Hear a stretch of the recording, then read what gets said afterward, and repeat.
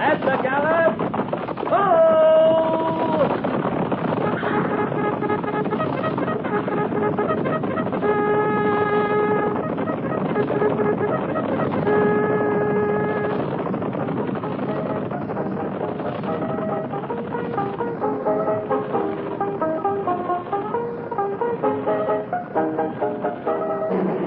Fort Laramie.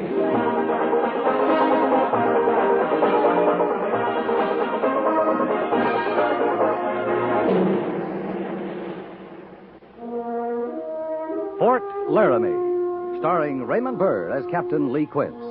Specially transcribed tales of the dark and tragic ground of the wild frontier. The saga of fighting men who rode the rim of empire. And the dramatic story of Lee Quince, Captain of Cavalry.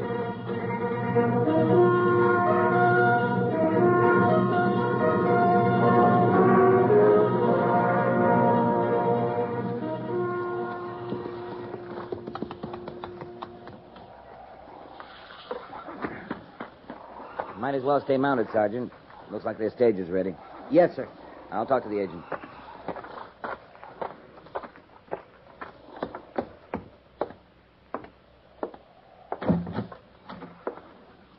Morning, Mr. Church. Morning to you, Captain. Did you come for them? My orders say to meet Mr. and Mrs. Horace Quiring at the Red Cloud Agency and escort them to Fort Laramie. Good. That their stage outside? It is. Did you hear me say good? I heard you. Good. That's good for their leaving and good for good riddance, too. Bureau of Indian Affairs bothering you, Mr. Church? Bothering's a small word, Captain. I won't try to spell it all out for you. You wouldn't believe me if I did. Suffice it to say, I am played out. Well, if they're ready... The Indians are played out, too. What's the matter with them? You don't know these folks at all? No. The Major says Mr. Quiring has something to do with the Bureau of Indian Affairs. Basket weaving, dancing, lore and culture studies, fire making, Indian mythology. Oh, I tell you, Captain, we've had a busy couple of weeks. Well, if he wants to learn about the Indians, he'd... Captain, he's been teaching. He's been teaching the Indians how to make baskets? That's the least of it. Him and his missus, too, touched up a few of the tribal dances. And that Gussie, I'll say, your orders don't mention Gussie. Gussie? She's their niece. A great hand to go around and make fires, rubbing a couple of dry sticks together. Showed the Indians how, did she? Oh, they was amazed. Oh, you wouldn't leave Gussie here. Well, I mean, seeing her name ain't set down in your orders, oh, you wouldn't do a trick like that to me, Captain. I'll take 'em all. Oh, good. Of course, that poses a problem, too. How's that? You got to find them first. They lost? Always. Let's go, Captain.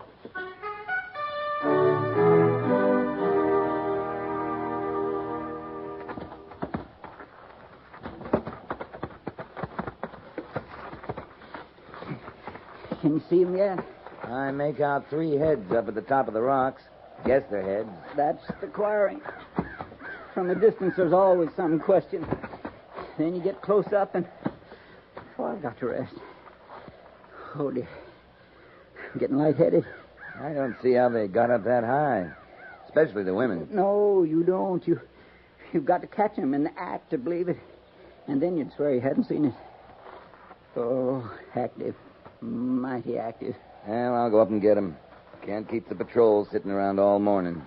I figure they're your responsibility now, Captain. I've done all I can do. And then some. We'll pick you up on our way down. All right.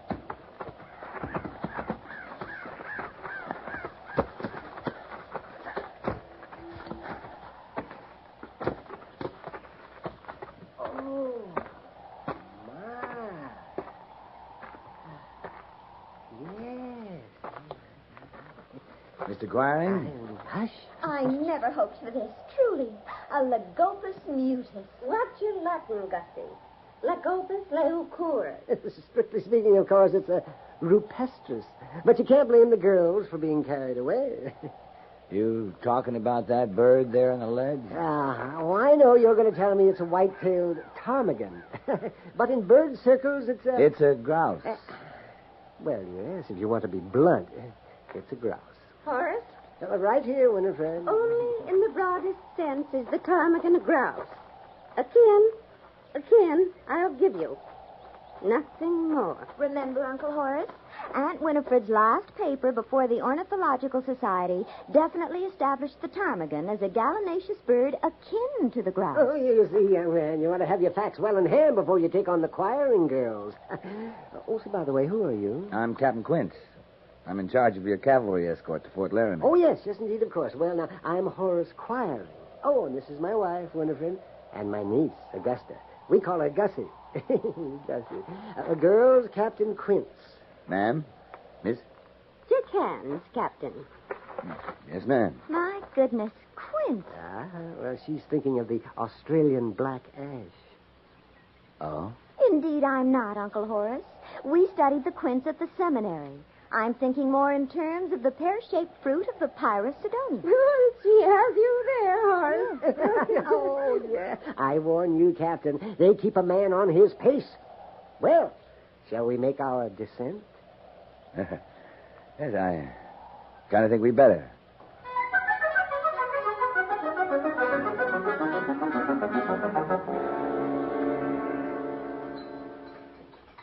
Maybe it's a little early for him to have breakfast, Lee. For the Quirings, they'd probably struck out before dawn and roasted a buffalo on an open fire. A fire Gussie made rubbing two dry sticks together. I know you don't like your assignment, Lee, but there's no cause to exaggerate. I thought the Indian agent was exaggerating, too. They seem like perfectly nice people to me. A pleasant, close-knit family. You spent 5 minutes with them. Never got past how to do. Now, Mrs. Daggett was leaving on the stage. I explained that. Well, it's all right. Maybe it's better you find out for yourself. Indian agent says they know more about Indians than the Indians do. They might start telling us how to run the guard mount. I wish they'd come. I'm starved. Maybe they're lost. Oh, that's ridiculous. The Indian agent says they're always lost. You see, they go climbing around a lot, looking for birds and things. Well, they're not lost this time. Here's Mr. Quiring. Well, my goodness. Oh, don't you bother getting up for me, Major and Captain. Morning, Mr. Quiring. Morning, sir. Oh, isn't it? Oh, Sit down, Mr. Quiring. thank you. All right. Well, now, how nice. So this is the officers' mess, is it? That's right. Would you like some coffee while we're waiting? Oh, I'd love some nothing like a good cup of coffee to... Waiting. For the ladies. And the lady? For Mrs. Quiring, Miss Gussie. Oh, the girls. See, where are they? Well, I just supposed you'd all be together. We were. Yeah, but that was at breakfast. I haven't seen the girls since breakfast. A little raspy in the throat, are we, Captain? No, I sort of choked. Oh, you want to watch that? That's bad business. You've had breakfast, Mr. Quiring? My goodness, yes. Why, it's after 7, Major. Oh, it was a good breakfast, too. It was outdoors, open fire. All the sounds of the aurora as the sun came up and shone with its full glory on Laramie Peak. You say an open fire, Mr. Quiring? Yes, Gussie insists on an open fire. Ever since she learned how to... well, the things young ladies learn in seminaries these days is... My, just open your eyes. Then. Mind telling us what you had for breakfast? Not at all glad to. Winifred's department, the food, she made the boast. But to tell you the truth, I never thought she'd bag it. Well, sir, she wasn't up in that canyon 5 minutes until... Bang, bang! Oh, I'm sorry. I hope I didn't frighten you, Major. Oh, no. I'm all right. Bang, bang. What, Mr. Quiring? Major? Oh, breakfast. Yes, breakfast. It wasn't a buffalo by any chance. Oh, no. A buffalo. I don't believe Winifred could have bagged a buffalo. No, it wasn't a buffalo. I didn't think it would be. No, it was an antelope. See, that is a bad throat you've got there, Captain. I guess it comes from exaggerating things. Wouldn't you say, Major? I've got some business to attend to. Better get over to headquarters. But you haven't had your breakfast, Major. Well, I'm not hungry. Oh, no. I'll bet Winifred could tempt you with some of that antelope. Oh, my. Delicate, succulent. I hope their foray into the woods was successful. I couldn't go with them. You see, I was most anxious. What foray into what woods, Mr. Quiring? What woods? Now, wait, let me get my bearings. Now, which way is north? That way. That's splendid. Yes, that's it. There are some woods to the north, and last time I saw the girls, they were... Captain Quince, You're to form a search party immediately. Take what men you need. Search party? Why? The land to the north is Indian country, Mr. Quire. Well, of course, that's why they went. But, oh, my goodness, a search. You speak as if the girls are lost. We're speaking as if they're in danger, Mr. Quiring. Those woods are full of Arapaho, Shoshone, Crow. Oh, I don't think they'll bother the girls. But I am glad you mentioned that. I've been meaning to have a chat with you concerning the perimeter defense of the fort. Captain? Yes, sir. Move out. Yes, now, Major. Right away, sir. I noticed last night a tattoo. It seemed to me it would make the slightest...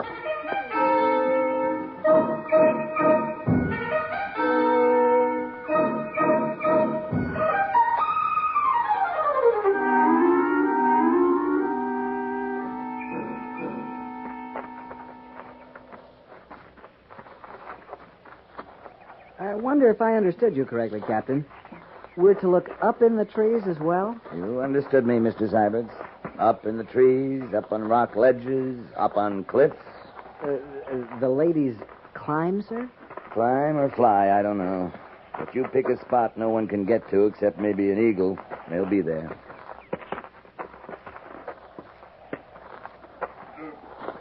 Captain. Ahead of us, Mr. Syberts.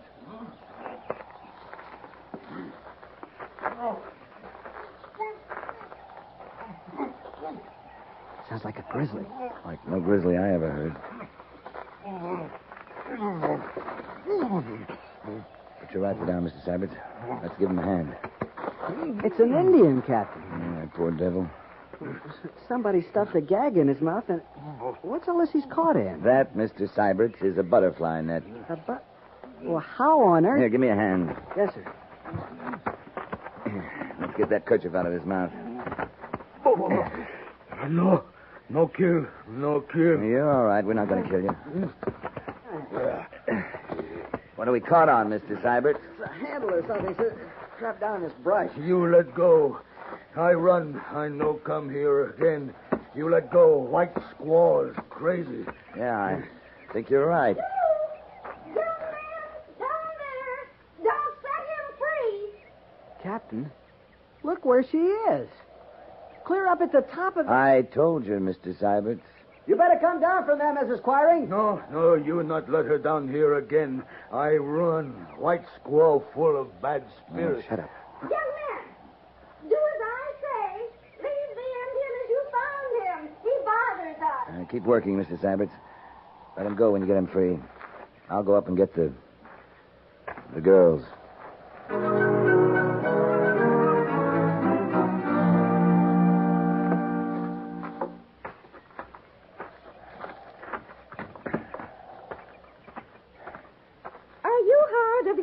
Young man, I hallooed you on 2 occasions about the Indian, and I heard you, Mrs. Quiring. And you deliberately let him go after I told you he bothered us. He won't bother you anymore. See down there? He's running like fired on. They've flown, Aunt Winifred, but with all the commotion, who can blame them? Indeed. First the Indian, and we silenced him. But now, look around down there, Gussie. Enough army to... Have you lost something important, Captain? Ma'am, you got to understand a few things about the West, about Indians, about Army garrison. Well, now, if that isn't what we're trying our level best to do, Captain Quince, and how better to do it than by going directly to nature, studying the birds of flight, the animals. Miss Gussie. Yes? Miss Gussie, this is Indian country. You're not allowed to go directly to nature in Indian country, not if you're a white woman. Now, that's plain silly. It's a treaty says so, Mrs. Quiring. Took a long time, talking, negotiating, giving and taking.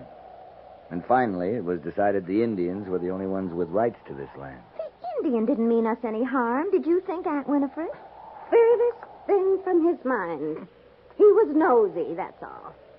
Gussie and I had stolen up on... Now, mind what I tell you, Captain. We'd stolen up on a bittern. A sharp-shinned hawk. Aunt Winifred, your language. I'm breaking it down for the captain. Remember the problem we had earlier about what he called a grouse? Oh, of course. Ma'am, if you let me get a word in. A sharp-shinned hawk. A goshawk. A bald eagle. and a crow. A crow, Aunt Winifred? The Indian was a crow, wasn't he, Captain? Yes, ma'am. He was a crow.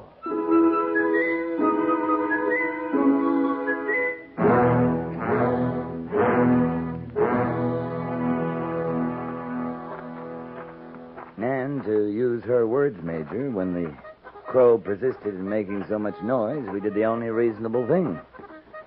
That's when they dropped the butterfly net on him and gagged him with a kerchief. Wait a minute, I've lost track. Is this crow a bird or a... Indian.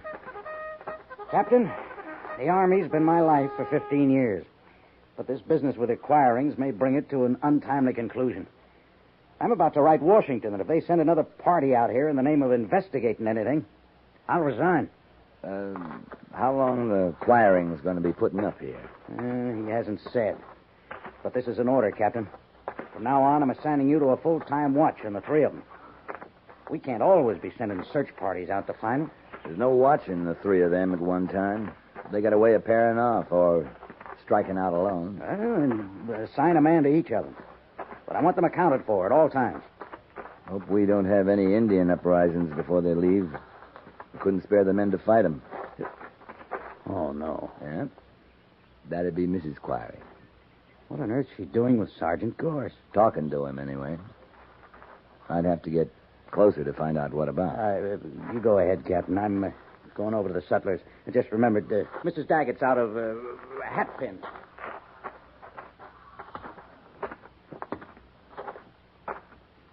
Are you sure you're trying to understand? I'm not sure, no, ma'am. I hear what she's saying, all right. It's a perfectly simple and direct statement. Toe out. Toe out. Oh, Captain Quint, help me make this nice sergeant understand. What's wrong, Sergeant? I don't rightly know, Captain. Something about the way I walk or don't walk or something. The lady, you two haven't met formally? Well, now She just come on me talking. Well, then, allow me. Miss Quaring, this is Sergeant Gorse. Shake hands, Sergeant. Yes, ma'am. Now then, did you say Gorse? Yes, ma'am. That's my name, Gorse. Wonderful! Oh, wonderful! Wait till I tell Gussie and Horace of Quint and the Gorse on the same army post. Oh, I can't wait. This is too good to keep. You'll excuse me. Yes, ma'am. And don't forget, Sergeant, toe out. Toe out. She's sure got a bird somewhere, ain't she? Maybe. You think I walk funny, Captain? I'm beginning to think everyone's a little funny around here one way or another. My name. What's she going on about my name for? Well, she knows what it means. Well, what does it mean? I don't know. Now, me, I got a couple of choices. They can't decide if I'm an Australian black ash or the pear-shaped fruit of the Pyrus Sidonia. Captain, I'm going to go get me some beer. See you practice on the way over, Sergeant. Don't forget. Toe out.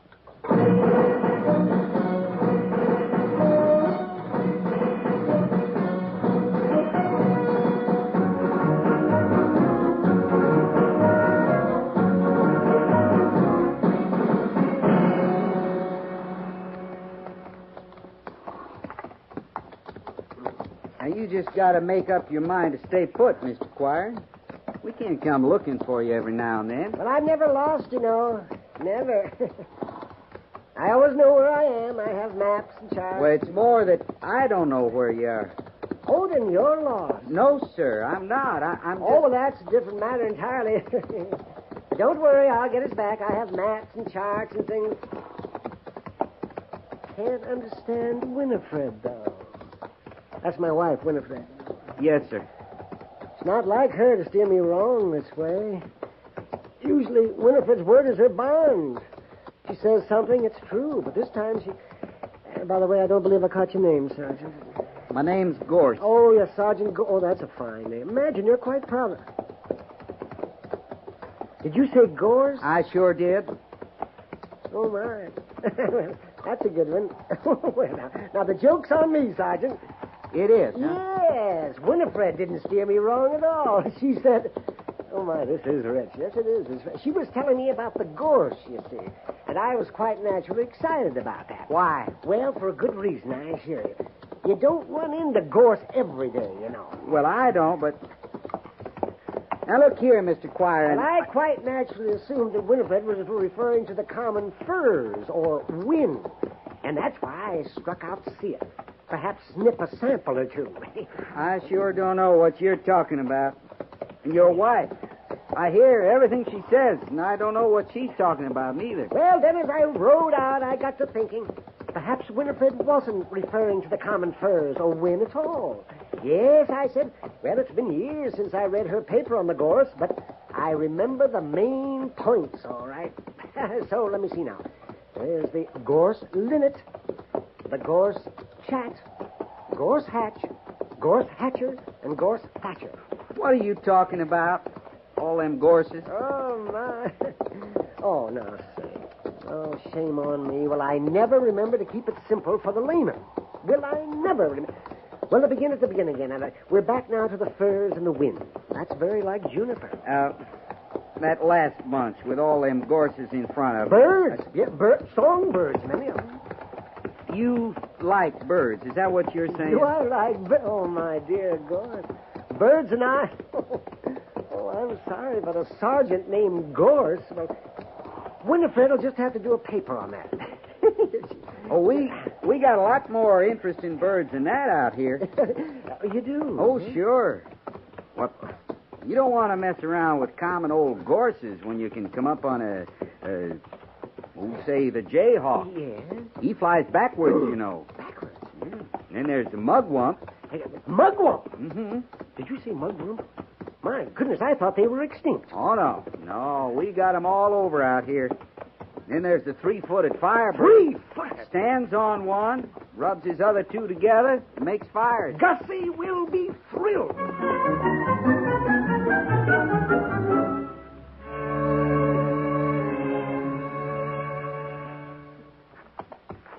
I just can't believe this. That's why I come up here, Captain. They're really leaving? That's what they say. Pushing farther west on the trail of a three-footed firebird. I told them California, up high in the Sierra. Leastwise, the last covey I saw was there.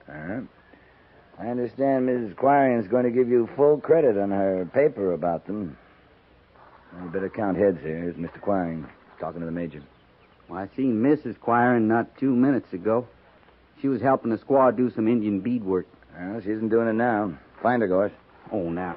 She ain't run away again, Captain. I want them all three on that stage, Sergeant. Yes, sir. Keep an eye out for Miss Gussie while you're at it, Sergeant. Yes, sir. Oh, Captain? Captain? Yes, Mr. Quarion? Well, now, I wouldn't want to miss shaking your hand in farewell, Cap. The stage is packed. I've said my goodbyes to the major. You lose something? Your wife. And I don't see Miss Gussie either. Well, now, let me see. Well, if I were Winifred, now, where would I go? I always begin that way, you see, and then I let my mind function as if it were Winifred's mind. The root house. That's clear over behind the settlers. That far? Well, when we go over... What's she doing at the root house? Oh, my, you didn't know? She found a small flowering gorse and thought it only fair. Never mind. Captain Quint. What now? It's Miss Gussie, Captain. You see, Captain, we're all accounted for. There's no problem. No, I'm afraid there is, sir. It seems Miss Gussie was demonstrating how quickly she... Well, they don't think it's too serious, but under the circumstances, they took her to the post hospital. Hospital? Yes. Under what circumstances, Mr. Seiberts? Burned hands, Captain.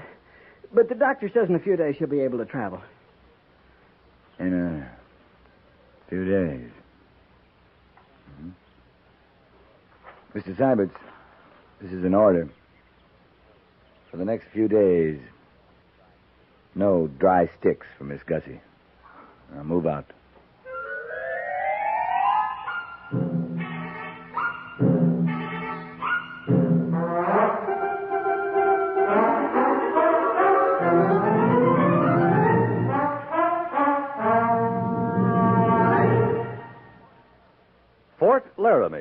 is produced and directed by Norman McDonald and stars Raymond Burr as Lee Quince, Captain of Cavalry, with Vic Perrin as Sergeant Gorse.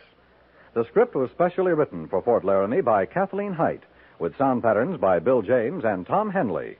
Musical supervision by Amerigo Marino.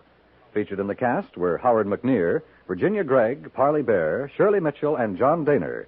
Jack Moyles is Major Daggett, and Harry Bartell is Lieutenant Syberts.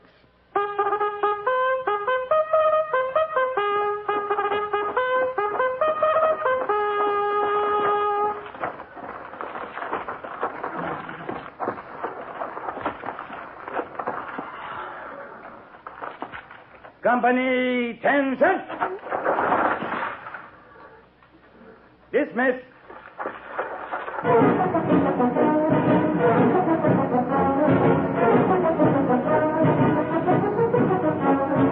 Next week, another transcribed story of the Northwest frontier and the troopers who fought under Lee Quince, Captain of Cavalry.